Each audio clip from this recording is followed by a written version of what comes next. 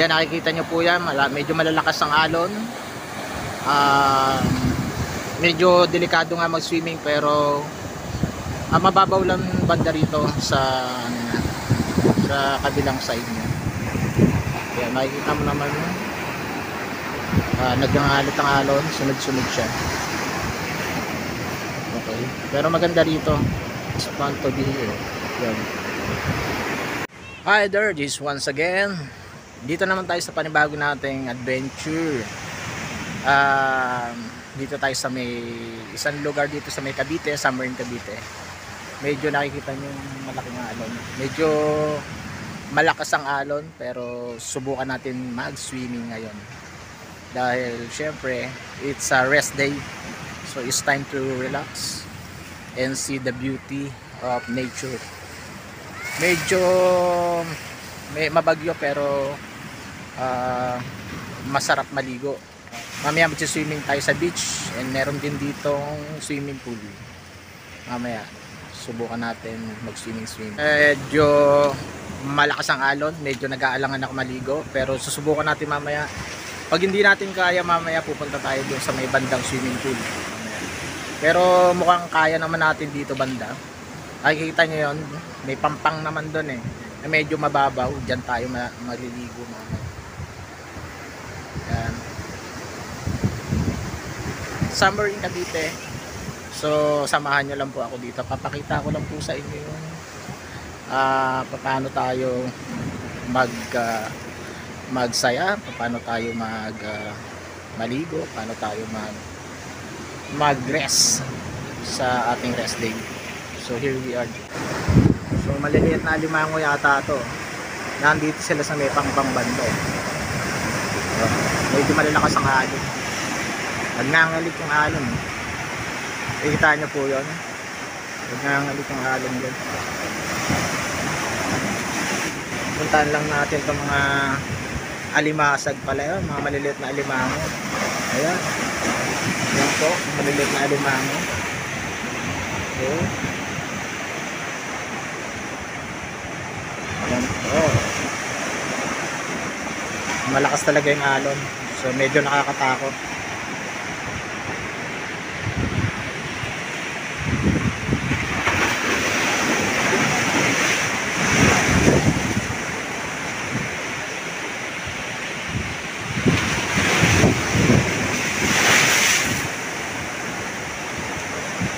Marami naman siyang naliligo ngayon. Weekend kasi ngayon, pero galing nga lang tayo sa bagyo at may bagyo nga.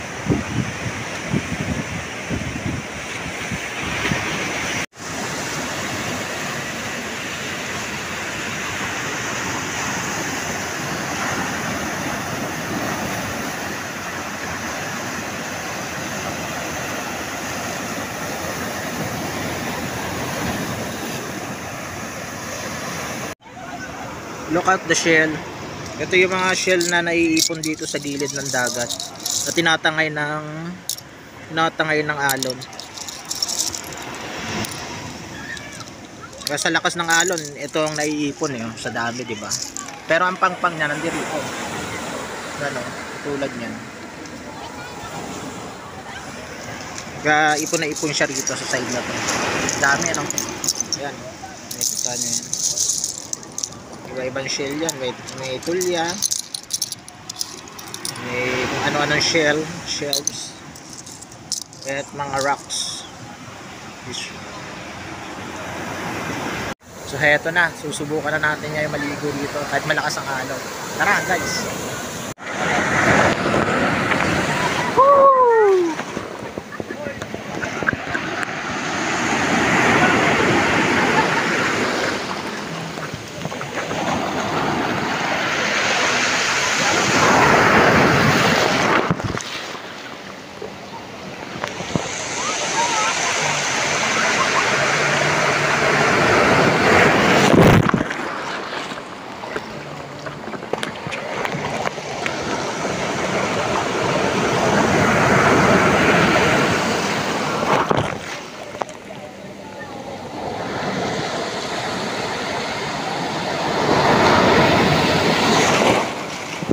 So guys, hindi natin kayang maligo kaya dito muna tayo.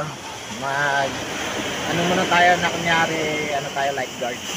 Ano, masubukan natin na para tayong lifeguard. Dito tayo sa may parang lifeguard house sa taas. Yan. Ayan sila sa baba.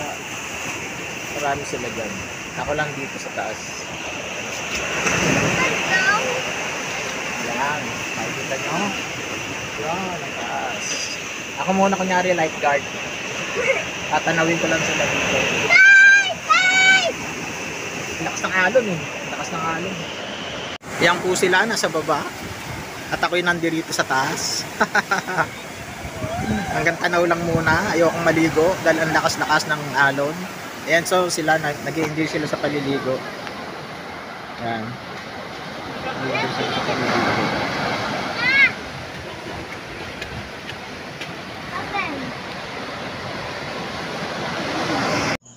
Pagsapit ng gabi nag-videoke na lang tayo. So let's have fun and taste a drink of wine and brandy, and then enjoy na lang din tayo sa ating mga niluluto, mga inihaw na karne at inihaw na vegetable, inihaw din na mga isda, mga seafood, and then enjoy natin ang buong magdamag and then our days dito sa lugar na to.